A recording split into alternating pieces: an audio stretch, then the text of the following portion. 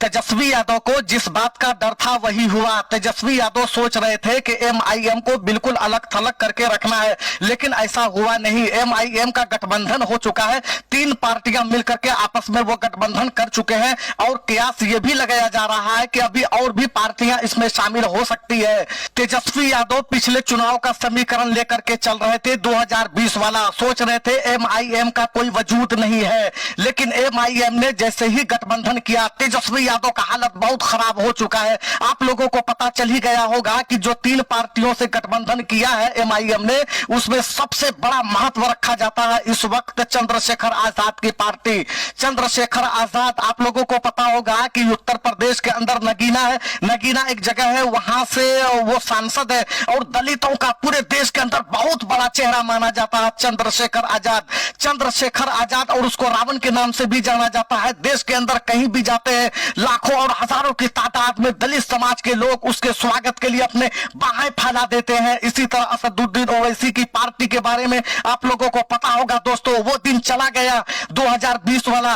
2020 के बाद मुसलमानों के साथ बहुत कुछ हुआ है। ट्रिपल तलाक 2020 के बाद आया, वक्फ बिल 2020 के बाद आया, सीएए एनआरसी 2020 के बाद आया है। आज के डेट में मुसलमान सोचने लगा है कि सही मायने में क्या हम लोगों को दरी बिछाने के लिए और झोला उठाने के लिए रखा गया है।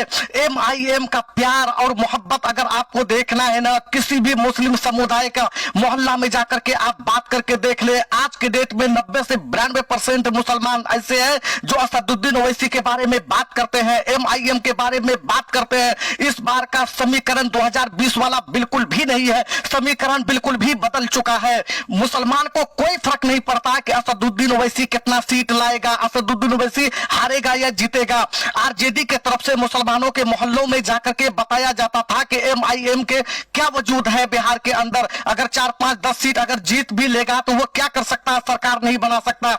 लेकिन जब इस तरह के सवाल मुसलमानों से करेंगे तो कहेगा कि हमको सीट से कोई लेना देना नहीं है, मेरा फर्ज है कि हम एमआईएम को हम अपना वोट दें।